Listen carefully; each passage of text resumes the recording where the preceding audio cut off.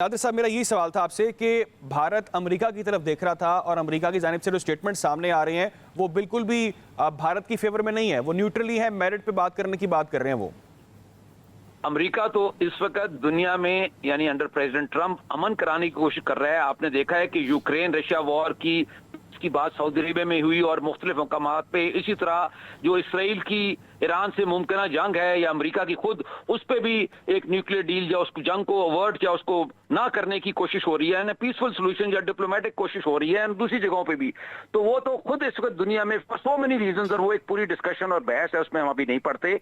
तो वो तो खुद हो जाता है। तो वाइवल और यूनाइटेड स्टेट्स, ये लोगों को समझना चाहिए, हमारे पाकिस्तानी भाइयों को, कि जबकि चाइना पाकिस्तान की डायरेक्ट सपोर्ट कर रहा है, यूनाइटेड स्टेट्स पाकिस्तान की इनडायरेक्ट सपोर्ट कर रहा है by trying to de-escalate, यानी भारत का जो जंगी जुनून है उसको कंट्रोल करने के लिए और अमन की तरफ ले जाने के लिए यूनाइटेड स्टेट्स पूरी कोशिश कर रही है। जो आप बात कर रहे हैं बिल्कुल ठीक कर रहे हैं। सो इस सिचुएशन में पहले तो यह समझना चाहिए कि भारत ने जो ग्लोबल एनवायरनमेंट थी विच इज अगेंस्ट वॉर और बिग वॉर, पाकिस्तान के साथ जंग मजाक नहीं है। पाकिस्तान से जो जंग करेगा, मैं सादा लफ्ज में बोल दूं, वो तबाह हो जाएगा। और बाकी दुनिया में क्या होगा वो तो अलग बात है ना। But Pakistan has the capability not only to defend itself but to destroy its enemy, जो भी हो। तो मतलब ये मैंने एक ही जुमले में सारी कहानी बंद कर दी आपके लिए।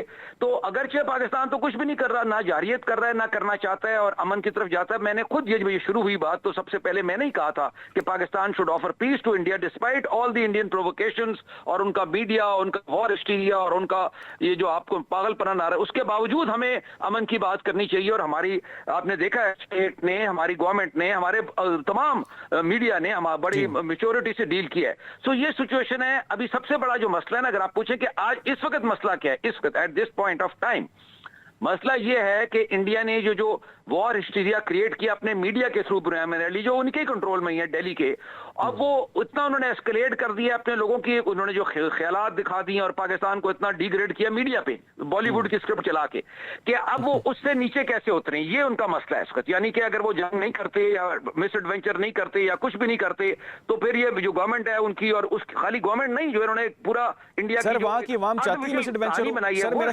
सवाल ऐड कर लें, वहां की आवाम चाहती है मिस एडवेंचर हो, उनको पता है कि किस ग्राउंड पे मोदी सरकार खड़ी है, वो चाहते हैं कि ऐसा एडवेंचर किया जाए जिसके पीछे आप खुद जिम्मेदार हैं।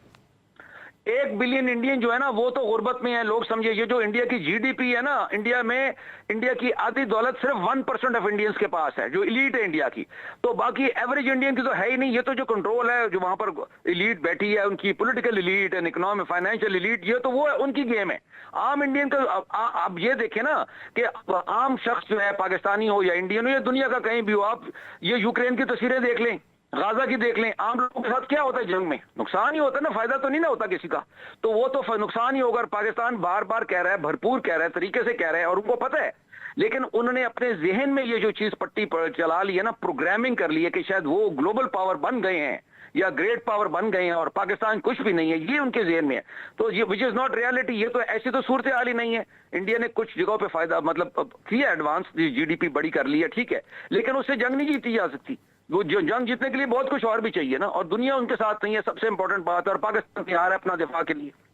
सर, मैं वापस पॉइंट पे आता हूं। मैं इस सवाल यहीं पे आपके इसी पॉइंट के साथ ऐड करना चाह रहा हूं कि पाकिस्तान ने जो मौक़िफ़ सामने रखा है, जो एक प्रेस कॉन्फ्रेंस की गई DGISPR की जानिब से, उसमें क्लियरली बताया गया किस तरह से रॉ की इन्वॉल्वमेंट है, वहां की इंडिया की फौज की इन्वॉल्वमेंट है दहशतगर्दी के अंदर, पाकिस्तान के अंदर, हम उसके सबूत प्रोवाइड कर रहे हैं। और दूसरी तरफ आप फॉल्स फ्लैग ऑपरेशन कर रहे हैं, उसके भी सबूत हमारे सामने आ रहे हैं, वो भी सामने रख रहे हैं। लेकिन दूसरी तरफ मोदी सरकार ना गिरफ्तारी अमल में लाती है, ना कोई उस पर सबूत सामने रखे जाते हैं, बल्कि उल्टा मीडिया का मुंह बंद कर दिया जाता है। तो ये कहें कि अब अगर अमेरिका के स्टेटमेंट सामने आ रहे हैं तो आपके ख्याल से उसका क्या इंपैक्ट होगा इंडिया के ऊपर? क्या मोदी सरकार होश के नाखून लेंगे, सबक सीखेंगे इसे?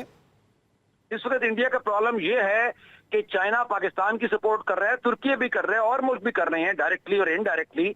लेकिन यूनाइटेड स्टेट्स इस वक्त एक भरपूर किरदार अदा कर रहा है अमन की तरफ, जो पाकिस्तान कर रहा है, चाहता है और करना चाहता है, और बाकी दुनिया भी चाहती है। तो ये जो आपका सवाल है कि इसका असर तो होना चाहिए, अगर इंडिया में इस वक्त भी कुछ अकल है तो इनको इससे आगे नहीं जाना चाहिए। जहां तक वो पहुंच गए हैं, उधर से वो उस लैडर पे चढ़ गए, उस सीढ़ी से उनको जरा नीचे उतरना पड़ेगा। क्योंकि एक मुहावरा है, when you are in a hole don't dig. ये अमेरिकन ही मुहावरा है कि अगर आप एक खड्डे में गिर गए हैं तो मजीद मत खोदें, वरना नीचे ही जाएंगे, आप फंसे जाएंगे दलदल में। तो इसलिए वक्त अमन का रास्ता भारत को लेना चाहिए। पाकिस्तान तो उसको एक और बात है ना, डिप्लोमेटिकली फेस सेविंग होती है इन मुल्कों की।